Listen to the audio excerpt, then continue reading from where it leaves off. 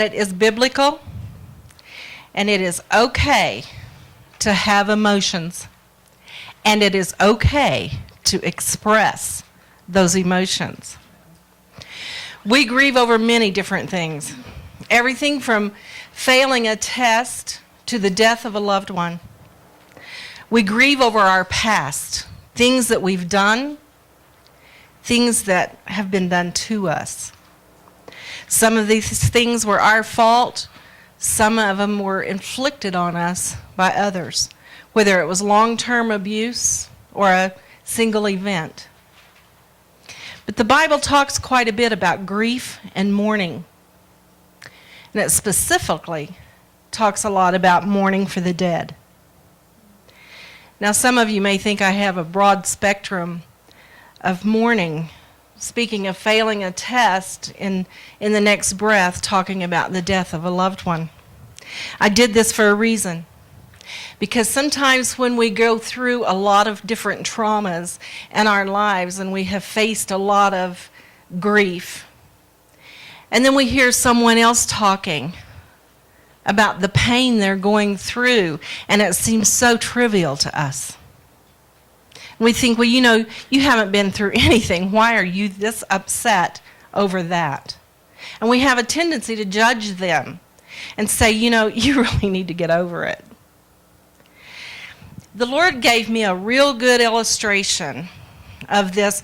I was the chief caretaker for my older sister. I was at the hospital with her.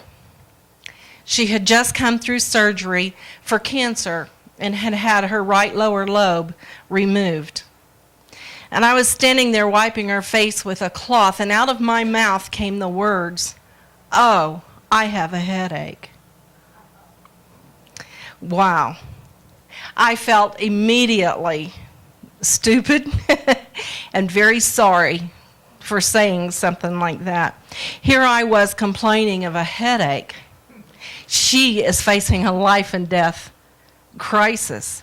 The doctor had just left me and told me not to leave the hospital because she would not leave the hospital. She was not going to make it.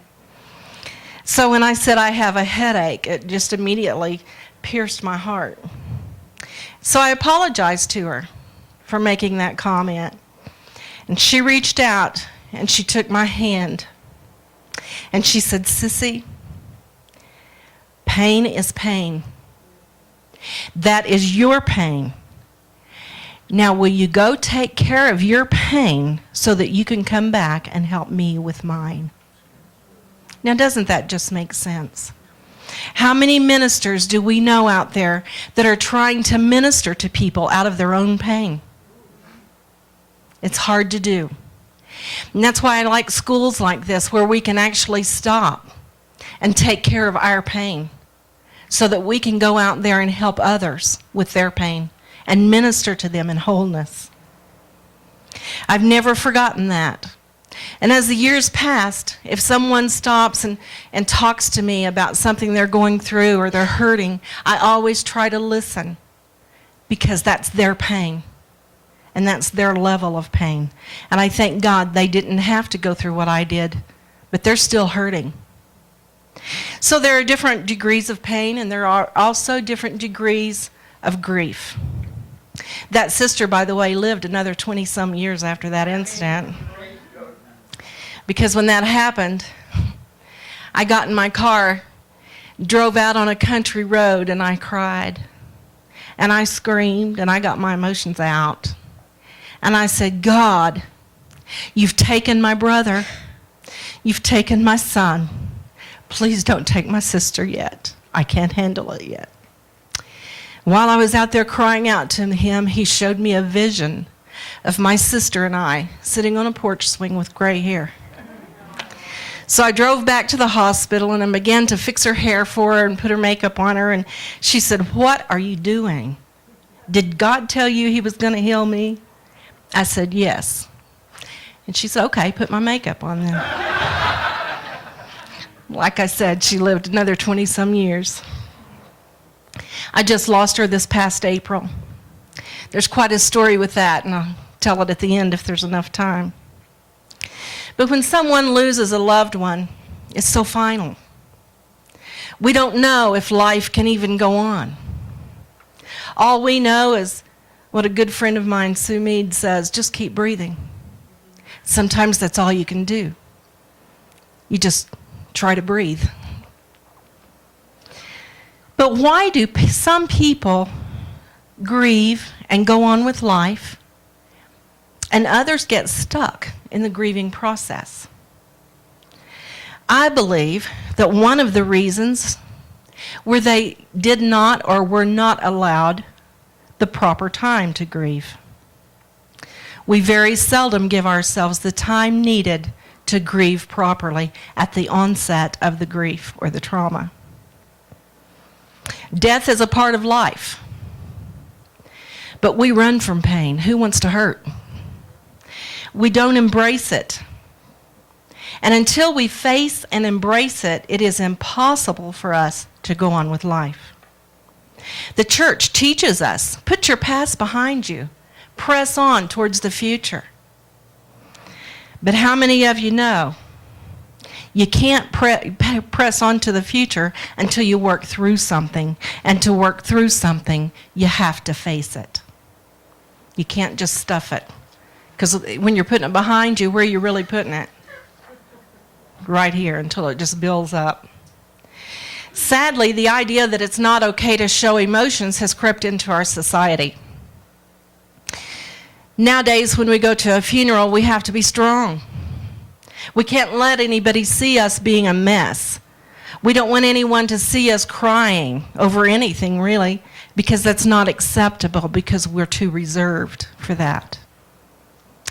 Yet crying is the general name for the expression of mourning.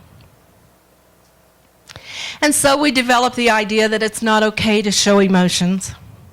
So we try not to think about it, because if we think about it, it produces pain, and we don't want to hurt. And because of this, we're unable to move on to the next step. There are several defenses that can cause a failure to grieve properly. And these defenses can have serious consequences. These defenses are denial, repressing the memory, pain or self-punishment. We use these defenses in an attempt to prevent emotional collapse.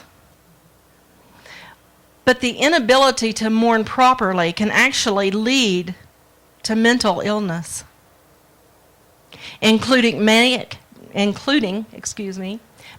depression and delinquency or antisocial behavior.